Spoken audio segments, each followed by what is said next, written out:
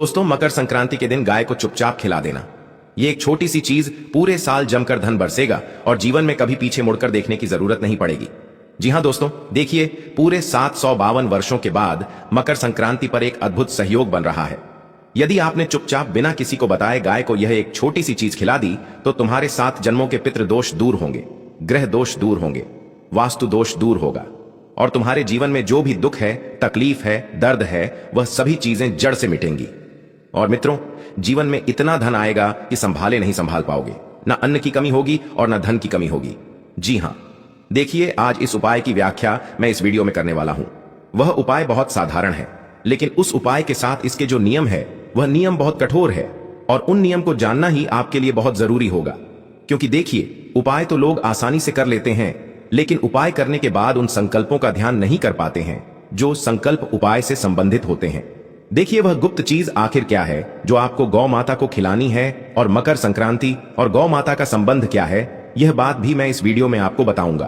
तो देखिए, मेरा आपसे हाथ जोड़कर एक छोटा सा अनुरोध है कि आप सभी इस छोटी सी वीडियो को शुरू से लेकर अंत तक ध्यान से जरूर देखना, क्योंकि इस वीडियो में मैं आपको बताऊंगा कि गौ माता और मकर संक्रांति का क्या संबंध है, उपाय से संबंधित नियम, सावधानियां और संकल्प जो आपके लिए जानना अति आवश्यक है। यह भी बताऊंगा कि यह उपाय किस तरह से किन किन मार्गों से आपको लाभ देगा। वीडियो को लाइक कर देना और कमेंट बॉक्स में जय गौ माता लिख देना।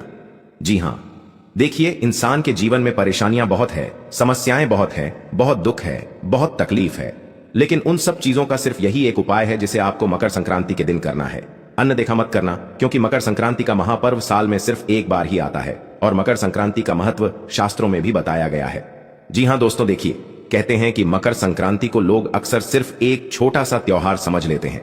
लोग पूरे दिन पतंग उड़ाते हैं, घर में पकवान बनाते हैं, लेकिन देखिए पतंग उड़ाने और पकवान बनाने के अलावा भी एक ऐसा गुप्त उपाय है जो आपको मकर संक्रांति के दिन करना है। जी हां, सच यह है कि यह साल का सबसे गहरा और सबसे असरदार मोड़ होता है, क्योंकि मकर संक्रांति सिर्फ एक साधारण दिन नहीं है। इसी दिन सूर्य की चाल बदलती है, इसी दिन प्रकृति का एक नया हिसाब शुरू होता है। जी हां दोस्तों, देखिए प्राचीन काल में पुराने समय के लोग इसे बहुत गंभीरता से लेते थे, क्योंकि उन्हें पता था कि इस दिन की गई छोटी सी गलती पूरे साल पर भारी पड़ सकती है। इस दिन का महत्व इसलिए और भी बढ़ जाता है क्योंकि इस साल का सबसे पहला त्योहार होता है। जी हां दोस्तों, कि इस दिन की गई छोटी सी गलती भी पूरे साल पर भारी पड़ सकती है और इस दिन किया गया छोटा सा सही काम पूरे साल का सहारा बन सकता है। मकर संक्रांति का असली मतलब है रुकावट से निकलना, ठहराव को तोड़ना और जीवन में आगे बढ़ना। इसीलिए हमारे बुजुर्ग कहते थे कि इस दिन जो बीज बोया जाता है वही पूरे साल फल देता है, अर्थात जो उपाय किया जाता है वही उपाय पूरे साल हमारी जीवन की व्यवस्था को सुधारना है। दोस्तों, इसीलिए देखिए इस दिन दान का भी बहुत महत्व होता है। पुराने काल से ही लोग मकर संक्रांति के दिन दान करते आ रहे हैं। इस दिन अन्नदान, संयम और व्यवहार पर बहुत ध्यान दिया जाता है, क्योंकि धन केवल पैसे से नहीं बनता है, धन बनता है सोच से, कर्म से और समय की समझ से। जी हां दोस्तों, आपने देखा होगा कि बहुत लोग साल भर तक मेहनत करते हैं, खून पसीना बहाते हैं, लेकिन फिर भी पैसा नहीं टिकता है। अन्न होते हुए भी घर में कमी की भावना बनी रहती है और धन बनता है सोच से, कर्म से। जी हां दोस्तों, देखिए बार बार खर्च अचानक आ जाता है और खर्च आता है, पैसा रुकता नहीं है और इसके पीछे कारण अक्सर वही अदृश्य रुकावटें होती हैं जिनका समाधान हमारे शास्त्रों और परंपराओं में छुपा हुआ है। देखिए, मकर संक्रांति पर तिल और गुड़ इसलिए खाए जाते हैं क्योंकि तिल त्याग का प्रतीक है और गुड़ मिठास का, यानी जीवन में कड़वाहट को छोड़कर मिठास अपनाने का संकेत है। इस दिन दान इसलिए कहा गया है क्योंकि जब सूर्य दिशा बदलता है तब अहंकार छोड़ना सबसे जरूरी होता है। पुराने समय में लोग इस दिन ज्यादा बोलते नहीं थे, झगड़ा नहीं करते थे और किसी भूखे को देखकर अनदेखा नहीं करते थे। जी हां दोस्तों, क्योंकि माना जाता था कि इस दिन की गई उपेक्षा सीधे भाग्य में दर्ज हो जाती है। इस दिन किए गए कर्म सीधे भाग्य की किस्मत की दिशा को बदल देते हैं। जी हां दोस्तों, इसलिए कहा गया है कि मकर संक्रांति का पर्व साधारण नहीं माना गया है।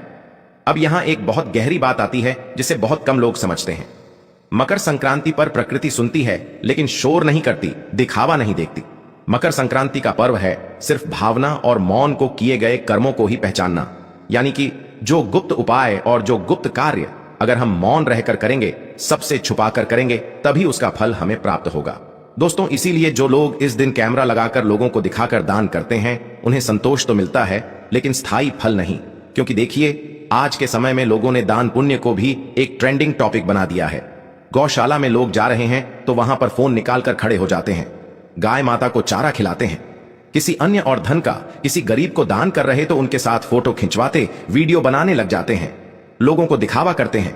लेकिन शास्त्रों में बताया गया है कि दो चीजें हमें हमेशा लोगों से छुपा कर करना चाहिए, पहला दान और दूसरा पूजा पाठ और ध्यान, क्योंकि यह दो चीज जितनी छुपी हुई रहेंगी उतना फल आपको मिलेगा। जल्दी ही तो देखिए कि अब धीरे धीरे मैं आपको उस दिशा में ले जा रहा हूं जहां असली रहस्य छुपा है। लेकिन उससे पहले यह समझना जरूरी है कि गाय को हमारे शास्त्रों में इतना ऊंचा स्थान क्यों दिया गया है। जी हां दोस्तों, क्योंकि देखिए यह उपाय सिर्फ गौ माता पर ही निर्भर करेगा और उस इंसान पर निर्भर करेगा जो इंसान यह उपाय कर रहा है। तो आज यह उपाय किस तरह से अपनी दिव्य शक्ति तुम्हें दिखाएगा, यह उपाय किस तरह से तुम्हारे जीवन से अंधकार को मिटाएगा, यह उपाय किस तरह से तुम्हारे जीवन में खुशियों की रोशनी लेकर आएगा। हर एक बात समझ लेना, हर एक बात अच्छे से सुन लेना, क्योंकि अगर तुमने अनसुना किया या तुम कोई बात भूल गए तो यह उपाय अपना नकारात्मक असर भी दिखा सकता है। यानी कि तुम तो सोचोगे कि यार मैंने तो जीवन में अपना भला करने के लिए उपाय किया था, लेकिन मेरे साथ बुरा क्यों हो गया। इसके पीछे का कारण यही होगा कि तुमने एक एक बात को अच्छे से नहीं समझा होगा या एक एक बात को अच्छे से नहीं सुना होगा। देखिए दोस्तों, मैं आपको बताता हूं कि गाय को हमारे शास्त्र में इतना ऊंचा स्थान क्यों दिया गया है कि गाय तो सिर्फ एक प्राणी है, गाय तो सिर्फ एक पशु है तो नहीं। देखिए, गौ माता तुम्हारे पूरे जीवन से संबंध रखती है। गौ माता के अंदर ही तुम्हारे जीवन के ना जाने कितने रहस्य छुपे हुए हैं। जब किसी व्यक्ति की मृत्यु हो जाती है तो हम क्यों उसके नाम का गौ माता को चारा डालते हैं। क्या तुमने कभी सोचा है, जब जीवन में दुख आता है, तकलीफ आती है और बीमारी आती है तो हम क्यों गौ माता को याद करके गौ माता को भोजन खिलाते हैं। देखिए, गौ माता कोई साधारण पशु नहीं है। जी हां दोस्तों, गाय को माता इसलिए नहीं कहा गया कि वह सिर्फ दूध देती है, बल्कि इसलिए कि वह बिना मांगे देती है, बिना शिकायत के सहती है और बदले में कुछ नहीं चाहती। तो यही प्रकृति का स्वभाव है। देखिए, जिस घर में गाय का सम्मान होता है वहां केवल धन नहीं बल्कि स्थिरता आती है, और स्थिरता के बीच दोस्तों धन टिकता है। जी हां, लेकिन ध्यान रखिए, यहां मैं किसी को दिखाने वाला उपाय नहीं बता रहा, ना ही कोई ऐसा काम जो बाजार में बिकता हो, क्योंकि मैं गारंटी के साथ कहता हूं कि पूरे YouTube पर आपको आज से पहले इस उपाय के बारे में किसी ने नहीं बताया होगा ना, किसी कथावाचक ने बताया होगा ना, किसी गुरुजन ने बताया होगा ना, किसी विशेष पंडित या ज्ञानी ने बताया होगा, क्योंकि यह उपाय इतना गुप्त है कि इस उपाय का उल्लेख किसी भी शास्त्र में नहीं मिलता है। जी हां दोस्तों, यह उपाय सिर्फ किया जाता है सच्चे मन से, सच्चे दिल से, पवित्र कर्म से। जी हां दोस्तों, देखिए कि जो उपाय मैं बता रहा हूं वह उपाय हमेशा चुपचाप किया जाता है, और अब तक जो मैं बता रहा था वह भूमिका थी, क्योंकि अगर आप सीधे उपाय पर आ जाते तो उसका असर आधा रह जाता। अब ध्यान से सुनिए, क्योंकि यहां से बात गुप्त हो जाती है और यहीं से इस उपाय का असली महत्व और इस उपाय की असली प्रक्रिया शुरू होती है। जी हां दोस्तों, बता देता हूं कि सबसे पहले तो मकर संक्रांति का जो दिन है उस दिन आप सुबह ब्रह्म मुहूर्त में उठिए। देखिए, आप चाहे पूरे साल 7 बजे उठते हो, 8 बजे उठते हो, 9 बजे उठते